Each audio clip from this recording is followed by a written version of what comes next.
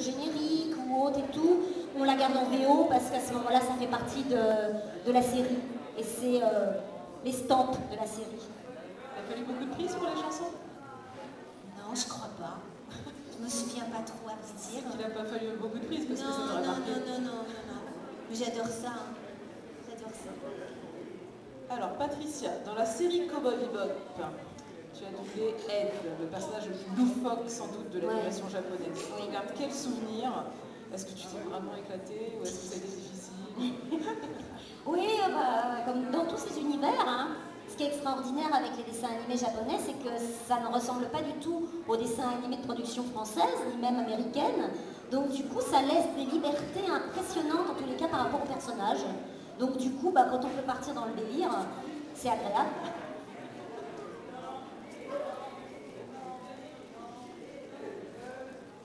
Dans la série Fruit Basket, tu as doublé le personnage de Kagura, qui fait très bien en mode mignonne, comme Tiffany, en bien survolté. Est-ce que pareil, ce personnage a été assez drôle à doubler ou alors difficile? Ah non, mais alors moi j'adore ça, hein, parce que je peux être toute douce et tout son contraire. Donc, petite démonstration? Non, pas comme ça, parce que justement, il faut connaître les personnages, parce que c'est pas nous, donc dès qu'on vous transmet comme ça, c'est pas calculé, c'est presque instinctif. Donc souvent, on peut donner des choses très douces, etc., et puis complètement hystérique ou survolté. Et Fruit Basket, c'était une série sentimentale, il y a un petit peu d'amour, etc., mais Kagura était jalouse, donc elle pète les plombs, non, c'est très très drôle. C'est ça, et puis même change la voix, enfin, ouais. Non, j'adore. C'est ça qui est drôle. Patricia, tu as aussi doublé l'héroïne de Elle Grise avec Vanessa Redmay, un rôle qui est beaucoup plus mélancolique, sur seulement 13 épisodes en plus. Comparé à ta photographie globale, ça devait être très différent. Tu as trouvé ça comment, enrichissant? C'était très surprenant au niveau du dessin. Et l'ambiance aussi qui était quand même très lourde parce que bon, il y avait des problèmes avec ces ailes qui lui poussaient dans le dos et tout ça, c'était très, très bizarre. Mais c'est vrai que du coup ça c'était moins, on va dire, destiné aux enfants. Je trouve que c'est plus du manga pour adultes. Et du coup c'est vrai que l'univers était très différent et je pense que ça n'a pas énormément marché parce qu'ils se sont arrêtés au bout de 13 épisodes. Est-ce que c'était prévu comme ça, comme format? Bon. Mais par contre, je ne sais pas où est-ce que ça a été diffusé, uniquement pour les sorties DVD, non? Ouais, c'est ça. Ouais. Donc Léa, pour la série Full Metal Alchemist Brotherhood, tu as dû doubler plusieurs personnages. Est-ce que c'était compliqué de changer sa voix selon le personnage? Non, c'est notre truc. Alors bon, c'est vrai que je doublais particulièrement Rose, la petite lettriste. Alors c'est complètement onirique, complètement fou, moi j'adore ça. Après, quand on nous demande de faire d'autres personnages, c'est aussi une histoire peut-être un petit peu d'économie et quand on peut changer sa voix. Voilà, on fait d'autres personnages et c'est pas compliqué finalement, puisque je vous dis, c'est instinctif. C'est quand on voit l'image qu'on change ça, enfin moi en tous les cas, ça donne envie de changer la voix, etc. Donc non, pour moi, c'est pas difficile. Ici, ce qui est difficile, c'est de recommencer et de se souvenir de ce qu'on a fait pour l'épisode d'après. Donc souvent, on demande de remettre la voix, sinon on ne sait plus laquelle on a fait. C'est rigolo. Patricia, Sakura, Amtaro, Raka dans Elle Grise, Titi, Peter dans Jumanji. Moi je vois un gouffre énorme entre tous ces personnages. On sait que tu adaptes ta voix, tu l'as dit. Tu peux nous faire une petite démonstration d'un peu tout ça ou tu les avais en tête? Titi, je vous l'ai fait tout à l'heure. Hein. T'as revoir un romanin? Ouais, ça romanin. Oh, il va encore me bouffer, hein. Vite, il faut que je me casse. Vilain romanin, hein. Ça, forcément, hein.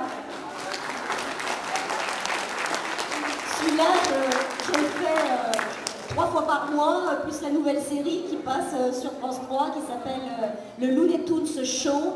Où là, je vous recommande la nouvelle série. Daffy est colocataire avec Bugs Bunny, je ne vous raconte pas, c'est extraordinaire. Donc c'est vraiment une nouvelle production, donc voilà. Mais sinon, oui, puis les autres, c'est vrai qu'il faudrait avoir le texte, parce que c'est vrai qu'on oublie tout ce qui est mimique des personnages, voilà. Donc Léa, tu vas aussi doubler la voix d'Amelia dans la série des Slayers. Donc on se demande, quand on voit ce personnage, comment on arrive à se concentrer à ne pas rire lors d'un doublage. Bah, ça arrive hein, qu'on rigole, mais je trouve que c'est plus facile de ne pas avoir de fou rire en doublage plutôt qu'au théâtre. Parce qu'en doublage, on n'est pas censé se regarder avec l'acteur. Donc, c'est plus rare. Hein. C'est surtout quand on bute sur un mot et on sait, voilà, donc ça peut partir en fou rire parce qu'on sait que ça va revenir. Mais c'est pas... alors, les situations peuvent nous faire rire un petit moment, mais on est concentré, on n'a pas trop le temps de... voilà. Et comme on ne se regarde pas, des fous rires, enfin moi j'en ai pas vécu beaucoup en doublage. Pas beaucoup. Sur scène, oui. Et en plus, il y a des acteurs qui sont particulièrement rieurs. Donc il y a un truc pour se retenir de rire, il faut prendre le bout de sa langue et se gratter le palais tout en arrière et ça empêche de rire. En principe, ou de bailler. C'est un truc. Voilà. C'est un truc. Oh, t'aurais été bien en Lina Ivers, toi, l'héroïne de Slayers. Elle a un débit de fou aussi. Mais c'est ça, ça parlait très très vite. Hein.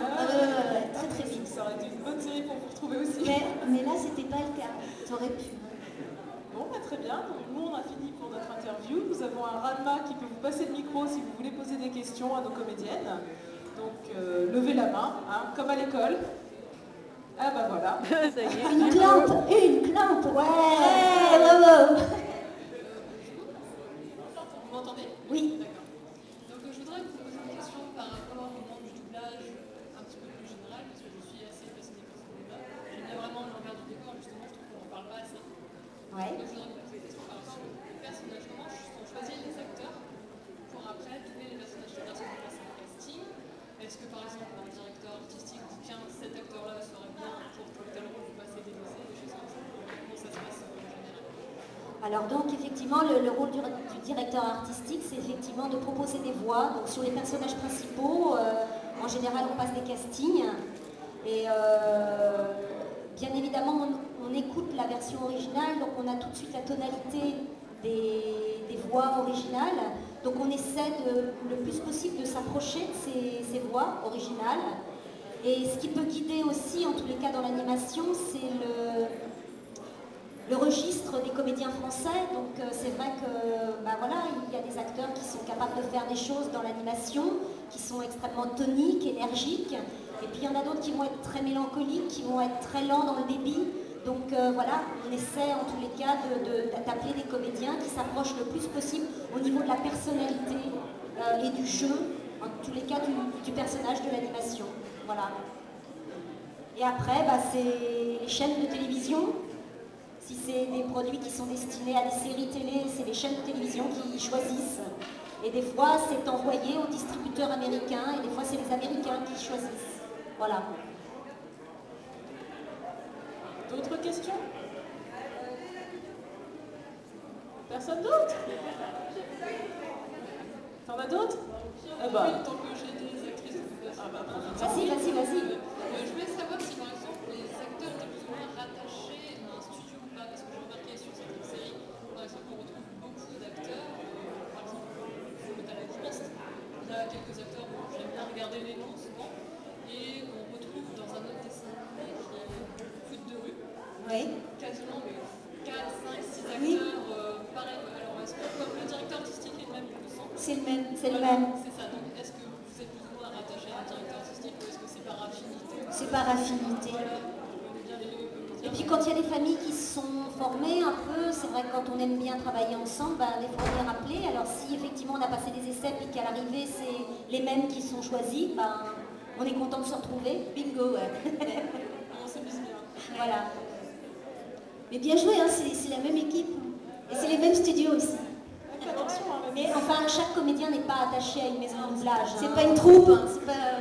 On travaille pour beaucoup de maisons de doublage et on a intérêt d'ailleurs à avoir un éventail assez large parce que si par hasard, pour des raisons économiques, il y en a une qui met la clé sous la porte, ben, après on peut se retrouver en tous les cas dans la panade. Donc on a intérêt en tous les cas...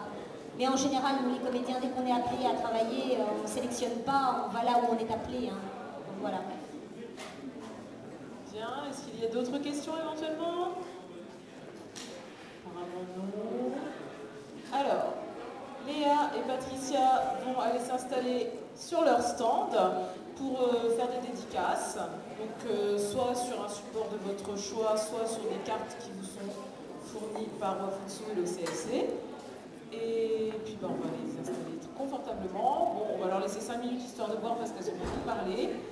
Et puis juste après, on va repréparer la scène parce qu'on va faire un petit concert, donc Keisho Ono qu'on attend, enfin qui doit déjà être arrivé, voilà, mais qui va nous faire un petit concert pour clôturer un petit peu ce premier Fukushō, dont on espère qu'il en aura beaucoup d'autres. Merci à vous. Merci.